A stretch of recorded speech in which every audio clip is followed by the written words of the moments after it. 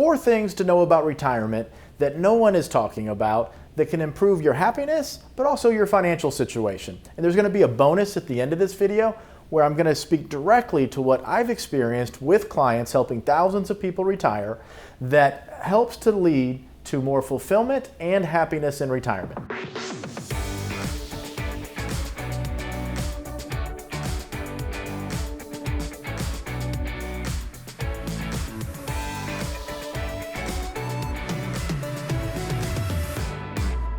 Hi, I'm Troy Sharpe, CEO of Oak Harvest Financial Group, certified financial planner professional, host of the Retirement Income Show, and certified tax specialist. I often say that I feel like I've lived through my 60s, my 70s, and my 80s thousands of times. And that's because we've seen what happens when we put a plan together for somebody who's 65 and they get to 75, and how things change, how the plan adjusts, how dynamics within life changes. And going through that situation over the years has given us perspective and insight that helps us in helping you plan for retirement today. So I want to talk to you about the 4 things that most people aren't talking about in retirement, but you should be aware of. So, number 1, and I hate to start with a morbid discussion here, but the truth of the matter is when one spouse passes away or you predecease your spouse, the surviving spouse goes from the married filing jointly brackets to the single brackets. So this is a big deal. Okay, so what we have here is 3 columns. So the Social Security income, total taxes paid, and before tax balance. So this distribution strategy we're going to look at assumes what we call a conventional wisdom strategy. So this is we let the IRAs defer. We take from the non-IRAs first. 67, 63-year-old couple, the husband is 67. About 1.8 million total in IRAs and about 300,000 outside of the retirement accounts. Now in this example, they're going to defer Social Security until 70, and the spouse, the wife, will turn spousal benefits on once the husband turns his benefits on. Of course, your situation may be completely different, but we want to really isolate the Social Security and the tax impact of what happens when one spouse predeceases the other, because it's a big deal. I have, in this example, the husband passing away at 82 and the wife living to 94. So if we come down here, we see the Social Security income. It gets up to be about $59,000 between required minimum distributions, other income that they have, Social Security. Taxes are about $41,000 a year. Now, this is the year of death right here. This is age 82. So if I scroll this over, we're going to see age 82, about 2037. I'm going to come back and talk about these in a minute. So in the year of death, first and foremost, we see the taxes do not reduce. That's because when the year you pass away, you still are allowed to file married filing jointly. The year after that, your spouse goes into the single brackets. The Social Security reduces slightly here in the year of death because it's a partial year of Social Security. Now, here's what happens. One Social Security check goes away. Most of you understand that. So the income drops from $59,000 to $42,000, about a $17,000 annual drop in income by losing one Social Security check. But as we see here, the taxes go from $41,000 the year before death to $48,000 the year after death. So we have about a $7,000 increase in taxes, but yet a $17,000 reduction of income. So 17 and 7, we're looking at $24,000 shift going from the married filing jointly brackets to the single brackets. Now, I did a Roth conversion analysis here, and this video is not about Roth conversions. If you've watched my videos, you know I'm a big proponent of doing Roth conversions. I've been helping clients with this for a very, very long time. While most people are telling you to defer those retirement accounts, we want a strategy that intelligently, based on your circumstances, is pulling out from the IRA and the non-IRA, but also doing conversions to optimize the whole retirement picture. This is very, very important.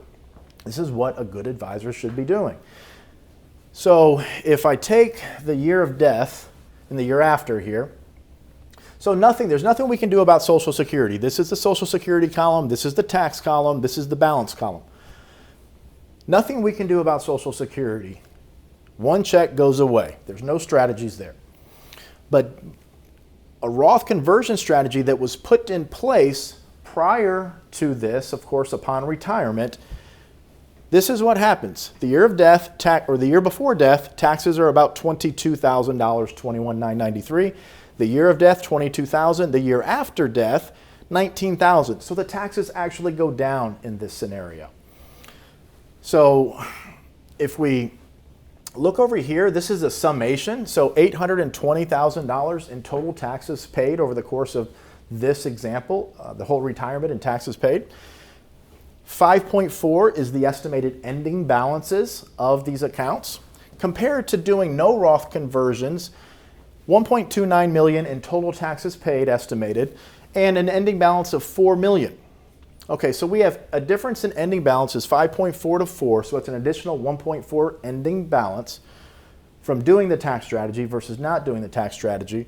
And total taxes paid from 1.29 million to 820,000. So let's call that almost 500 grand in total taxes saved over the course of retirement.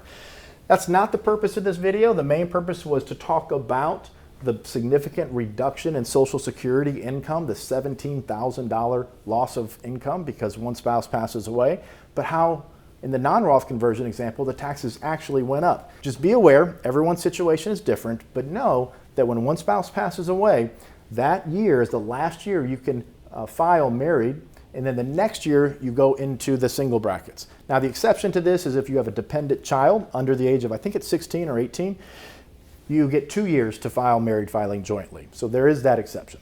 Okay. Now, number 2. So I don't want to just talk about the financial aspect of retirement and things that people aren't talking about and you may not know. I want to talk about the psychological aspect because over years of helping people retire and putting these plans together, we've noticed many, many things, not just on the financial side, but on the psychological side. So this is a big one. So the psychological shift from saving to spending. Think about it. You go your entire life. You're saving, saving, saving, saving, saving. All of a sudden, it's almost like a line of demarcation.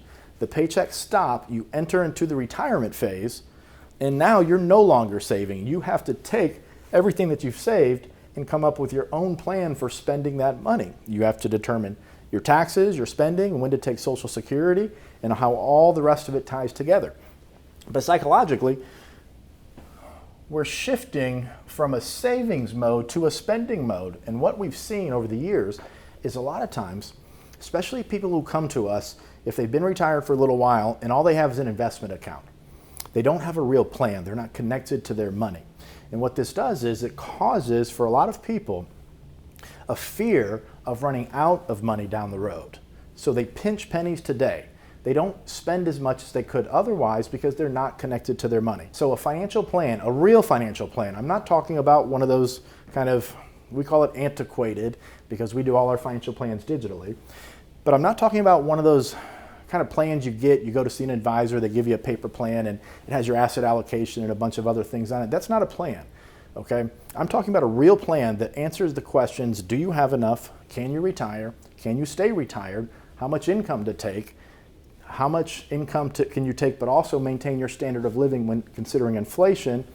How to pay less tax? And of course, if something happens to you, will your spouse be okay? Those are the big questions that a financial plan should answer. Before I continue with this video, I just want to take one quick minute to let you guys know that we have been named by Inc. 5000 one of the fastest growing private companies in America. So if you look at the website here, we have the logo up.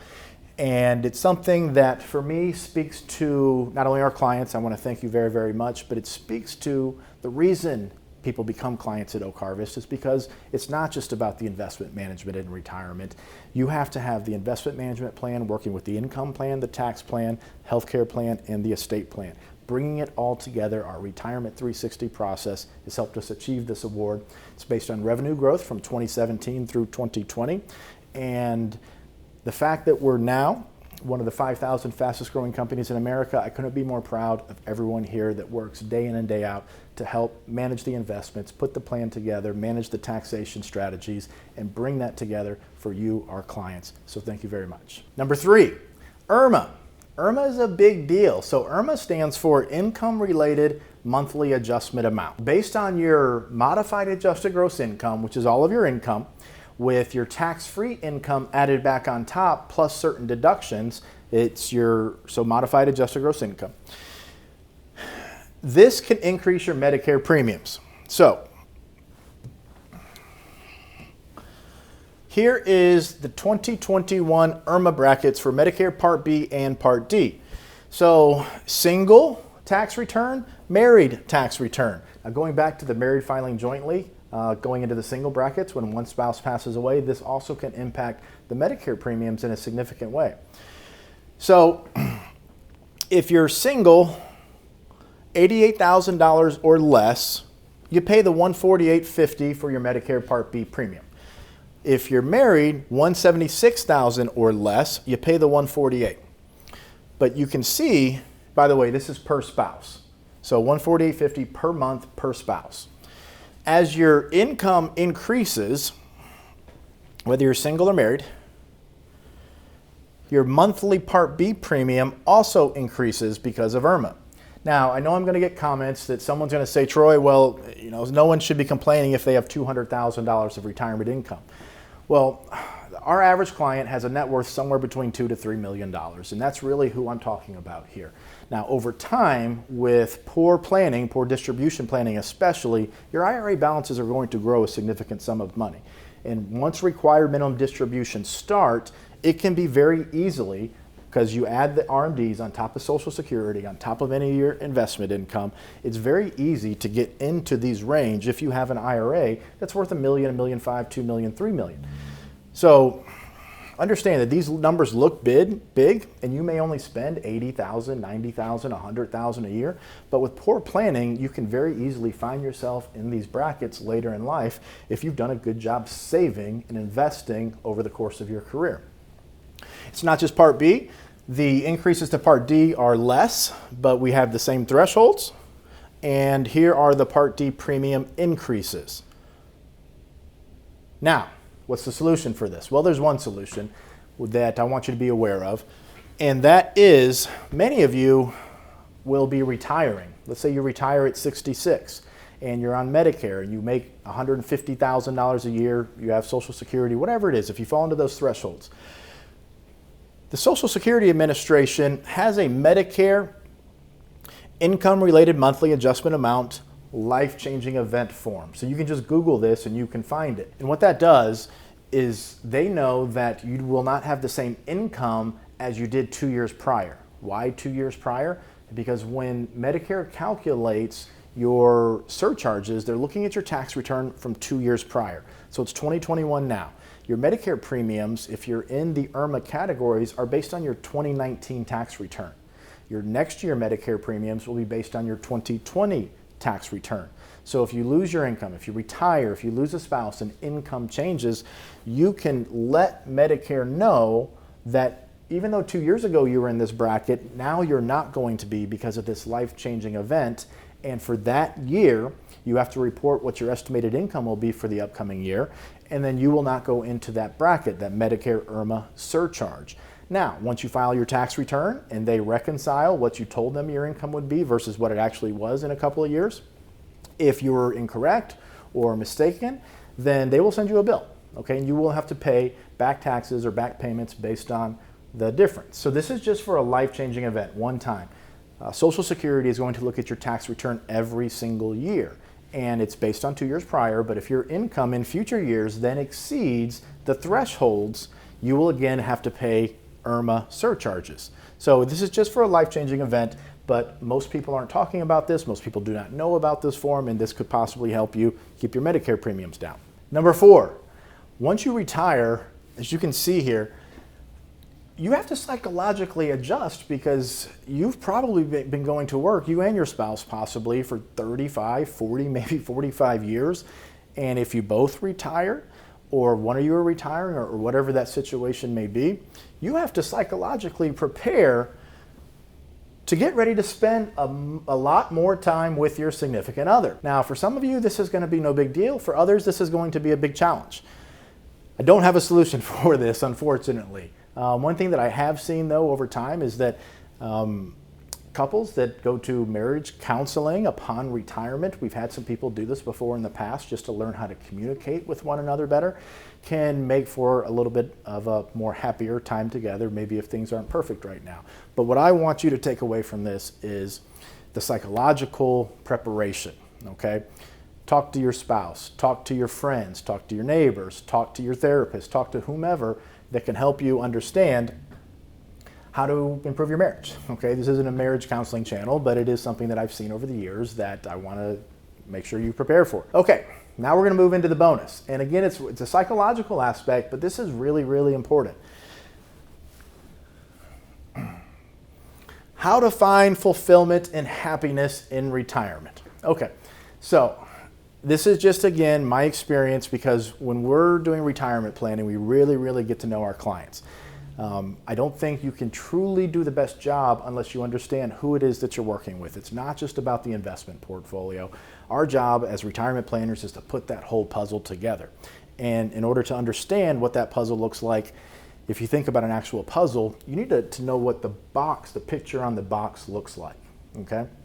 Once you know what the picture on the box looks like, that's going to help you put the little pieces together. You start with the edges, the corners, etc. So that's what retirement planning is with our Retirement 360 process. The investment part needs to work with the income generation, needs to work with the taxes, needs to work with the healthcare plan and the estate plan.